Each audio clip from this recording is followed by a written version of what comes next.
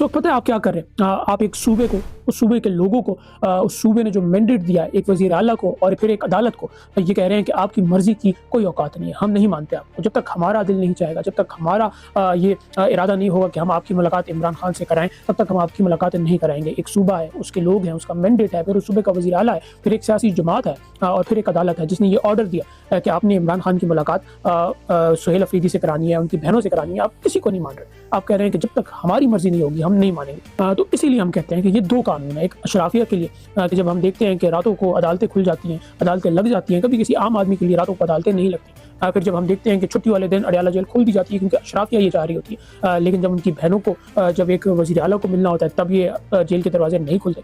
तो ये दो कानून है। जब हम ये कहते हैं कि अशराफिया यहाँ की दौलत पर काबिज़ है, वो सिर्फ दौलत पर नहीं बल्कि इन लोगों के जो हुकूक है, बुनियादी हुकूक है, उन पर भी काबिज़ है कि जब हम चाहेंगे हमारे लिए अदालतें खुल जाएंगी, लेकिन एक आम आदमी का केस सालों साल चलेगा इस मुल्क में। जब हम चाहेंगे तो अडयाला जेल के दरवाजे खुल जाएंगे, जब हम चाहेंगे तो जिस कैदी को भी हम चाहेंगे निकाल के बाहर मुल्क भेज देंगे, लेकिन एक आम आदमी उस जेल में उसका कसूर होगा कि नहीं, वो सड़ता रहेगा।